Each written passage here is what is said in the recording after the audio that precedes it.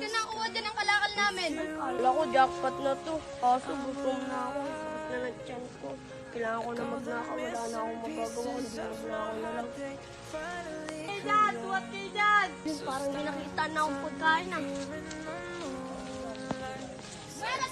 Tulang! Magnanakaw! Uy! Uy, ano yan? Kuya, wag ako! Magnanakaw yan! Dalhin niyo sa barangay yan! Tulong! Barangay na ito! Yan, ano nangyayari dyan kuya? Ninakawan ako ng tinda ko! Ano po ba yung kailangan nyo kuya? Tuwat! Magkano po ba yan kaya? 1 kilo yun! Ang mahal-mahal nun! Mas kukunin Kaya na lang! kuya, wag, pabayaan nyo na po yan kasi po, nangangalam po yan. Wala, alam ko pong nagugutom. Bakit Ito, naman? Ito po kuya, ako na po magbuhay siya. Sige! Bayad din naman pala kayo. Sa bahay ko, gusto mo bang ampunin na lang kita? Sige po kuya, wala rin na naman akong tirahan kuya. Sige. Ito na pala yung bahay ko.